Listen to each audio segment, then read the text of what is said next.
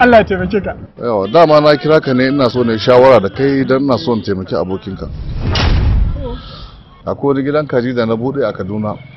Na gina sabon gida da mota nake so ije ya rike wajen sai in bashi gidan da motan ya zauna a wajen da kuma in kuɗi wanda ba su gaza miliyan 3 ba.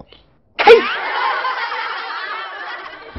Da hankalinka za ka yi wannan babban kuskure in kai haka fa kana ja da ikon Allah ke. Yadda Allah yake son ya ganshi ke dan ya bar shi a talaucin shi. Alhaji yanzu in ka da wannan makudan kuɗi da mota da gida ka bashi ka san gobe me zai zama?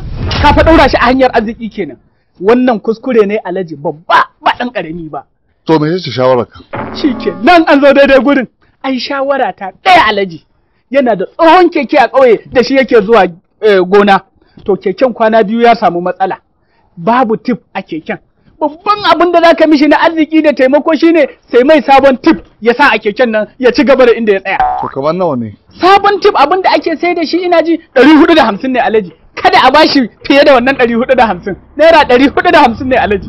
Ai in ka bashi kama bashi 500 tunda taimakon nashi kake so kai. In kai haka ai ka gama mai komai Alhaji. To ba damuwa gashi. To Alhaji wannan nawa ne ko na tip din ne? A dama kai nake so na yi wa aiki. Ni kuma Alhaji tunda ka riga ka yanke wa kanka hukunci shikenan. Wallahi ba ana ke wallahi rahani. Kai da Muhammadu wallahi